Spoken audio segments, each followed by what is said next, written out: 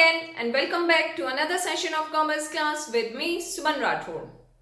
Students, before the introduction of GST, there are several kinds of indirect taxes like sales tax, value-added tax, excise duty, etc. But then almost all the indirect taxes are merged into one indirect tax that is called GST, which is known as Goods and Services Tax. Now, GST is also an indirect tax which is charged at a prescribed rate whenever the sale of goods and services is made. However, there are certain items or incomes and expenses which are exempted under the law. Now, GST should never be considered as an income for the business because it is collected on behalf of the government. And whatever balance is left in the output GST account always goes to the government account. And there are three types of GST. First is Central Goods and Service Tax, which is commonly known as CGST. Second is State Goods and Service Tax, which is commonly known as SGST. And third is Integrated Goods and Service Tax, which is commonly known as IGST.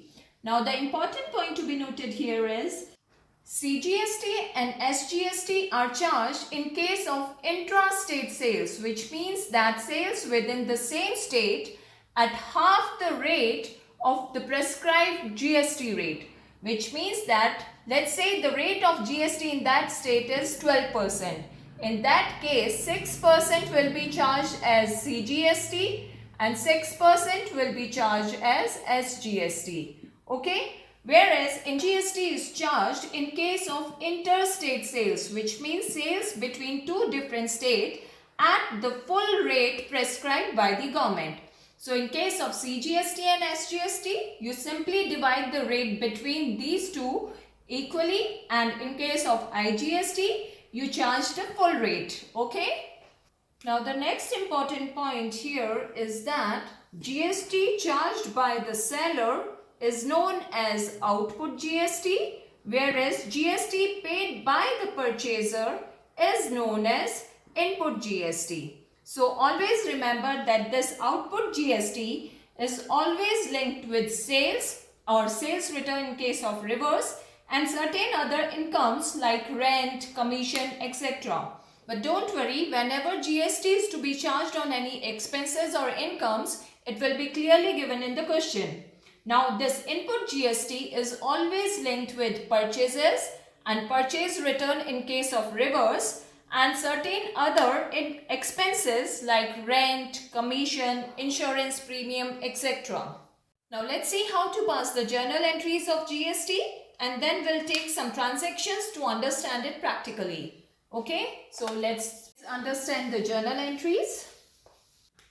So in case of purchases of goods, the simple entry that we were doing so far was purchases account debit to cash account in case of cash purchases, right? But now here we are studying GST also, right? So if it is a case of intra-state transaction, in that case, the CGST and SGST part will also be included. And as I told you earlier, that in case of purchases, input CGST and SGST will be included. Okay? And always remember that this GST will always go with the goods or assets or certain incomes or expenses. Okay? So here, purchases account will be debited with the amount of purchase. The input CGST account will be debited with the rate of GST provided in the question. Then input SGST account will be debited again with the rate of GST prescribed in the question to cash account with the total amount paid for the transaction. And if it is a credit transaction, in that case, instead of cash, what we'll write here? To creditors account. Okay? So, and if it is an interstate purchases, in that case, instead of writing the CGST and SGST, we'll replace this with IGST, okay, with the prescribed rate given in the question, okay. So now let's take a transaction to understand it practically. So the transaction is purchase goods in cash for rupees 10,000 plus CGST and SGST 6% each. So here in the question we are provided with the amount of purchase and the rates of CGST and SGST. So in journal entry, purchases account will be debited with the amount of purchase, that is rupees 10,000.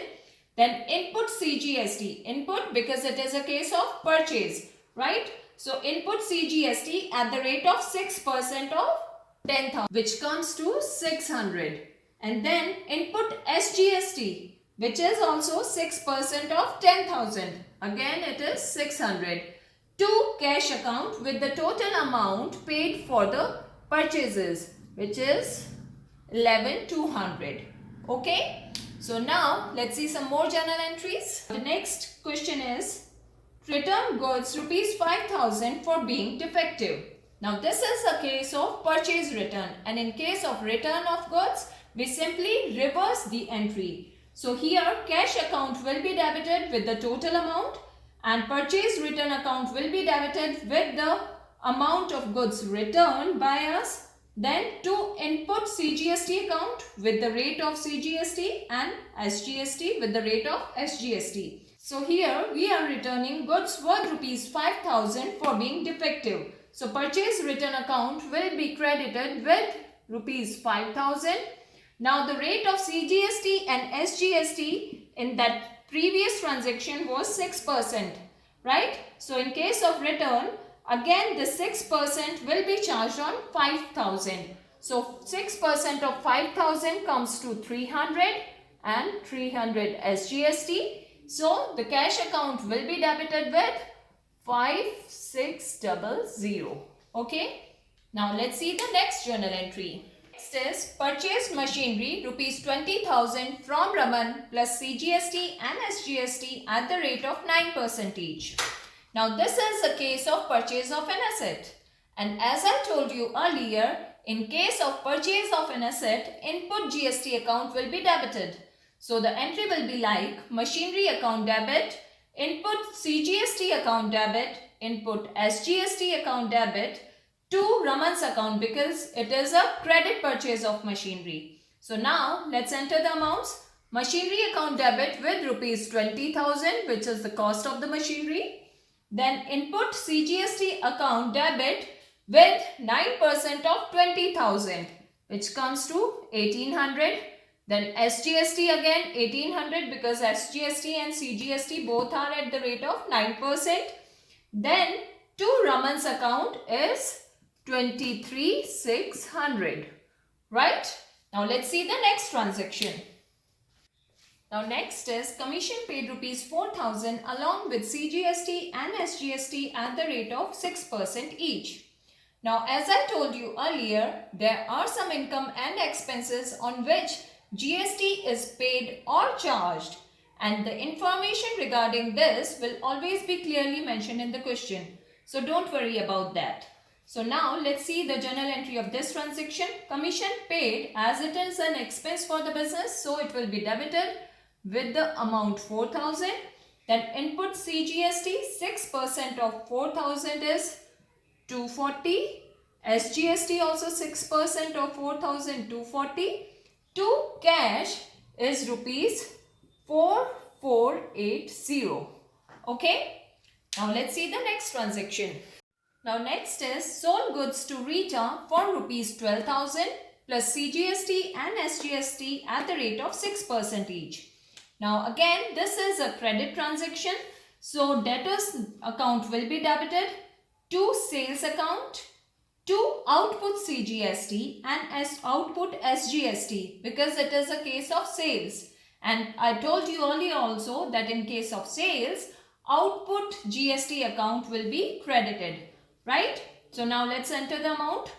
To sales account with rupees 12,000, which is the amount of sales, right?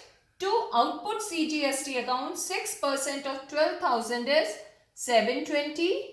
Then to output SGST account, 6% of 12,000 again 720. And total amount due from Rita is 13,440. Right? So this is how we made journal entries in case of GST. So this was just an introduction session on GST, and you will understand it better in our next session when we'll take a practical question from the book and learn some new entries. Till then, keep practicing and thanks for staying in tune, and don't forget to like and subscribe my channel. Thank you and goodbye for now.